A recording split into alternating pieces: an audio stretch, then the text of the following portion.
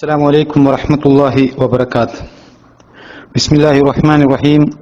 الحمد لله رب العالمين والصلاة والسلام على رسول الأمين وعلى آله وصحبه أجمعين. أما بعد.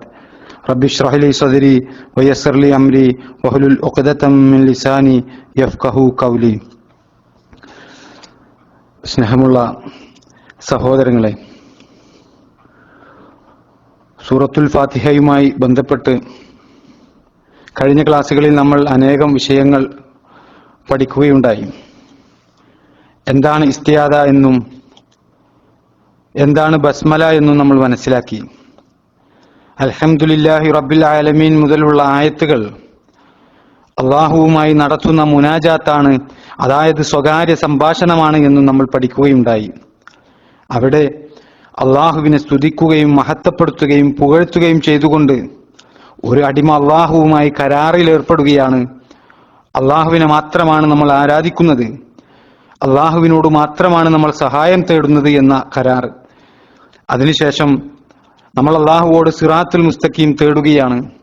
അള്ളാഹു അനുഗ്രഹിച്ചവരുടെ മാർഗത്തിൽ നമ്മളെ ആക്കുവാൻ വേണ്ടിയും അള്ളാഹു കോപിച്ചവരുടെയും വഴിപിഴച്ചവരെന്ന് പ്രഖ്യാപിച്ചവരുടെയും മാർഗത്തിൽ നിന്ന് നമ്മെ രക്ഷപ്പെടുത്തുവാനും നമ്മൾ അള്ളാഹുവോട് പ്രാർത്ഥിക്കുകയാണ്.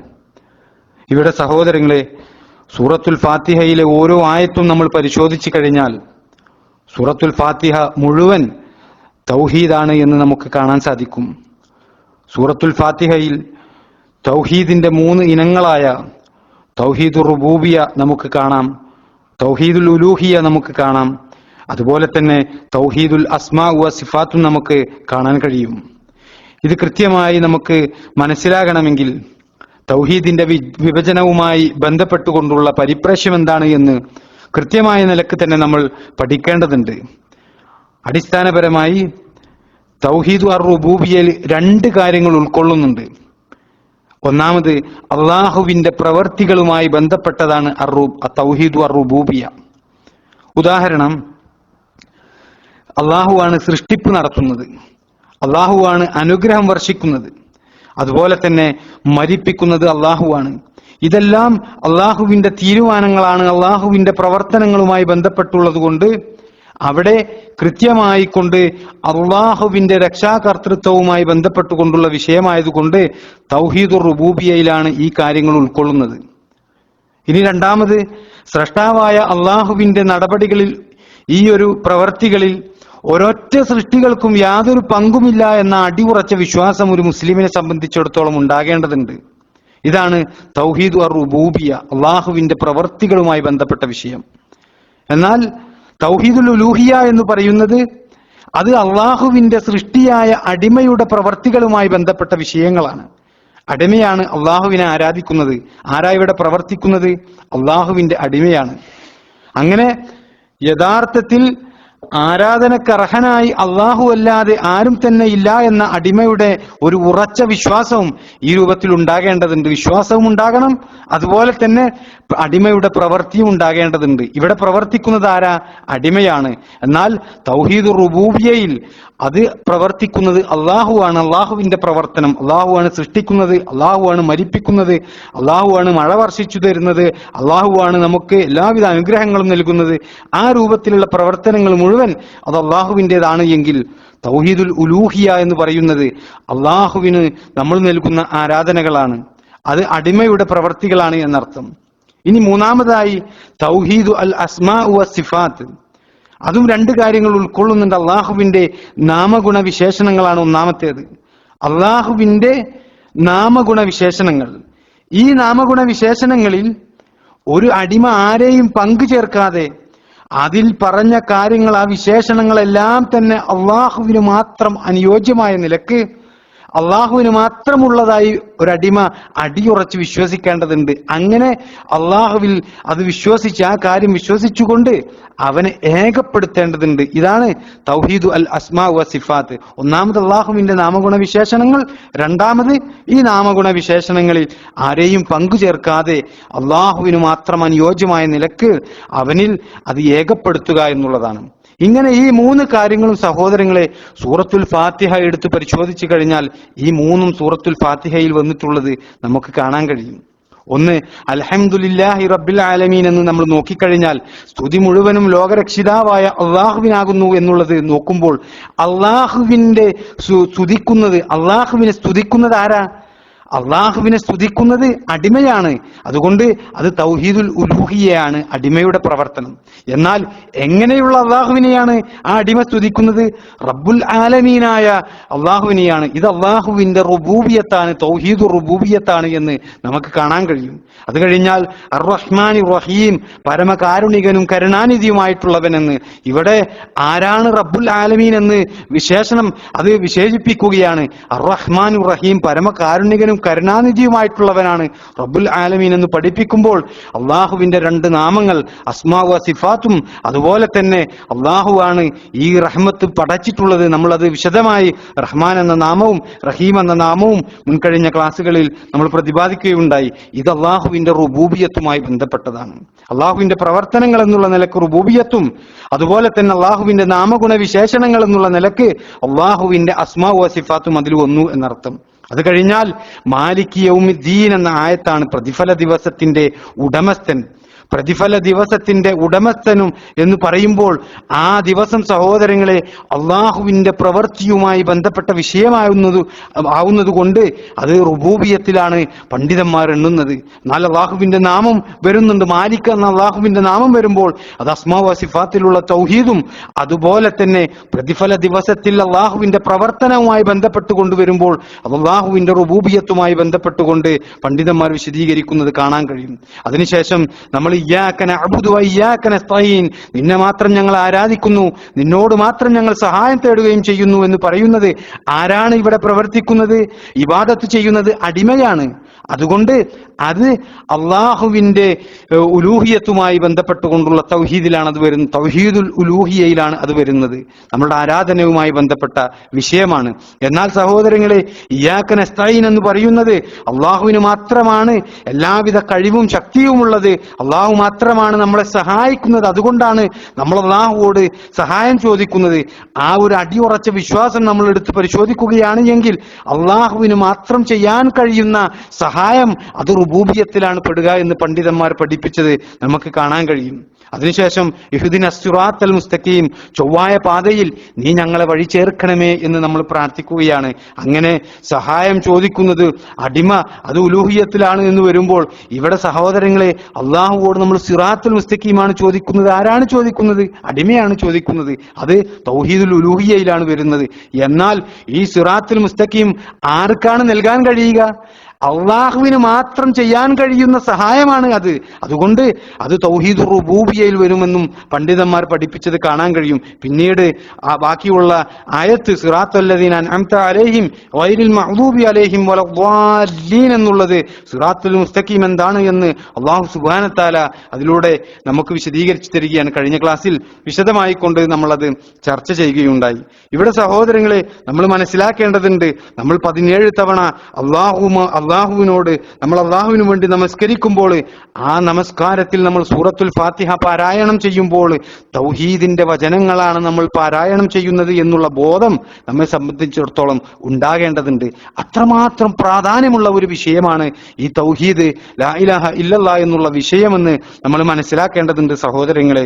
മുആദ് ബിൻ ജബൽ റളിയല്ലാഹു അൻഹു പറയുകയാണ്, അദ്ദേഹം ഒരു കഴുതപ്പുറത്ത് നബി സല്ലല്ലാഹു അലൈഹി വസല്ലമയുടെ പിന്നിൽ യാത്ര ചെയ്യുന്നവനായിരിക്കെ നബി സല്ലല്ലാഹു അലൈഹി വസല്ലമ മുആദ് ബിൻ ജബൽ റളിയല്ലാഹു അൻഹുവിനോട് ചോദിക്കുകയാണ്, മുആദേ, അടിമകളുടെ മേലുള്ള അള്ളാഹുവിന്റെ അവകാശം എന്താണ് എന്നും അള്ളാഹുവിന്റെ മേലുള്ള അടിമകളുടെ അവകാശം ഏതൊക്കെയാണ് എന്നും താങ്കൾക്കറിയാമോ എന്ന്.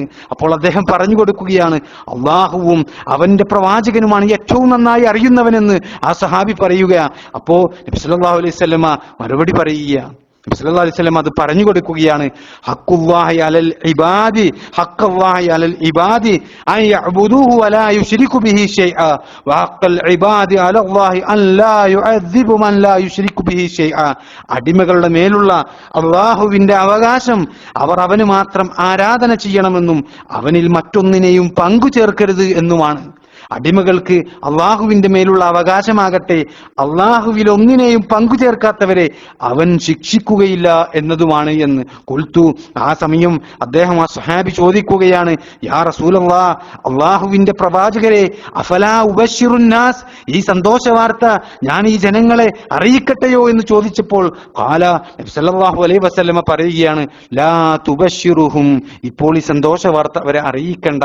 ഫയത്തഖിലു, അങ്ങനെയായാൽ അവർ അതിൽ അഭയം കണ്ടെത്തും. അതായത് അവർ കർമ്മങ്ങൾ ചെയ്യാതെ വെറും ഇതിൽ മാത്രം അഭയം കണ്ടെത്തി പോകുമെന്ന് നബി സല്ലല്ലാഹു അലൈഹി വസല്ലമ പറയുകയാണ്. ഇമാം ബുഖാരിയും ഇമാം മുസ്ലിമും രേഖപ്പെടുത്തിയ ഹദീസിൽ നമുക്ക് കാണാൻ കഴിയും. സഹോദരങ്ങളെ, ഇവിടെ നോക്കൂ, അടിമകളുടെ അവകാശമാണ് തൗഹീദ് എന്ന് റസൂലുള്ളാഹി സ്വല്ലല്ലാഹു അലൈഹി വസല്ലമ പഠിപ്പിക്കുകയാണ് എന്നർത്ഥം. അത് ശരിയായി കഴിഞ്ഞാൽ മാത്രമാണ് ഒരു സത്യവിശ്വാസിയെ സംബന്ധിച്ചിടത്തോളം അവന് രക്ഷയുള്ളത് എന്ന് നമ്മൾ മനസ്സിലാക്കണം. അതിൽ അള്ളാഹുവിൽ പങ്കു ചേർക്കുന്ന ഒരു അവസ്ഥ ആർക്കെങ്കിലും വരികയാണ് എങ്കിൽ സഹോദരങ്ങളെ, നരകത്തിൽ അവർ കാലാകാലം കഴിയേണ്ടി വരുന്ന ഒരു ദുരവസ്ഥ ഉണ്ടാകുമെന്നർത്ഥം. എന്നാൽ നരകത്തെ സംബന്ധിച്ചിടത്തോളം അവിടെ ആരുണ്ട്? അവിടെ ചില മുസ്ലിമുകളും നരകത്തിൽ പോകും. എങ്ങനെ? പാപികളായിക്കൊണ്ട്. അവർ തൗഹീദുണ്ട്, അള്ളാഹുവിനെ മാത്രമേ ആരാധിച്ചിട്ടുള്ളൂ. പക്ഷേ അവരുടെ ചില പാപങ്ങളുമായി ബന്ധപ്പെട്ടുകൊണ്ട് അവർ നരകത്തിൽ പോകുന്നതുമായി ബന്ധപ്പെട്ടുകൊണ്ടുള്ള ചില കാര്യങ്ങൾ റസൂലുള്ളാഹി സ്വല്ലല്ലാഹു അലൈഹി വസല്ലമ നമുക്ക് പഠിപ്പിച്ചു തരുന്നുണ്ട്.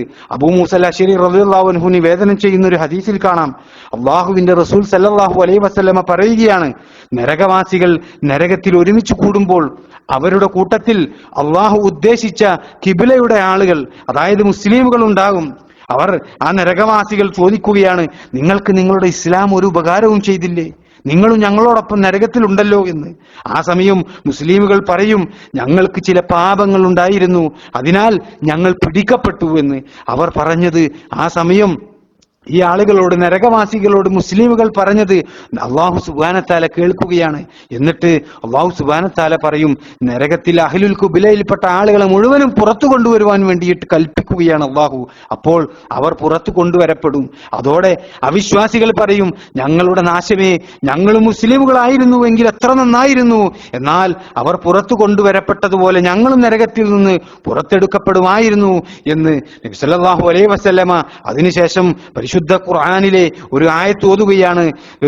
സൂറത്ത് ഹിജ്റിലെ 1-ാമത്തെയും 2-ാമത്തെയും ആയത്ത്, അലിഫ് ലാം റാ തിൽക ആയാത്തുൽ കിതാബി വഖുർആനിൻ മുബീൻ റുബമാ യവദ്ദുൽ ലദീന കഫറൂ ലൗ കാനൂ മുസ്ലിമീൻ.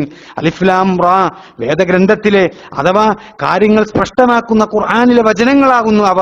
തങ്ങൾ മുസ്ലിമുകളായിരുന്നുവെങ്കിൽ എത്ര നന്നായിരുന്നേനെ എന്ന് ചിലപ്പോൾ സത്യനിഷേധികളായ ആളുകൾ കൊതിച്ചു പോകുമെന്ന് ആ പരിശുദ്ധ ഖുർആനിലെ ആയത്ത് നബി സല്ലല്ലാഹു അലൈഹി വസല്ലമ ശേഷം ഓതുകയാ. ഇമാം ഹാക്കിം റിപ്പോർട്ട് ചെയ്ത ഹദീസിൽ നമുക്ക് ഈ സംഭവം കാണുവാൻ വേണ്ടിയിട്ട് കഴിയും.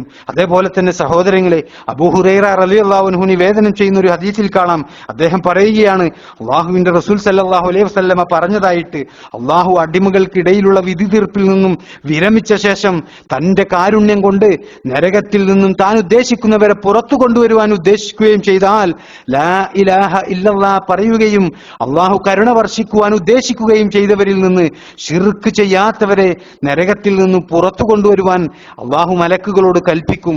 മലക്കുകൾ അവരെ സുജൂദിന്റെ അടയാളം കൊണ്ട് നരകത്തിൽ തിരിച്ചറിയും. മനുഷ്യനിൽ നിന്ന് സുജൂദിന്റെ അടയാളമല്ലാത്തതെല്ലാം നരകം തിന്നുന്നതാണ്.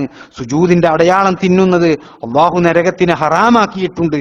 അങ്ങനെ അവർ നരകത്തിൽ നിന്നും പുറത്തു കടക്കും.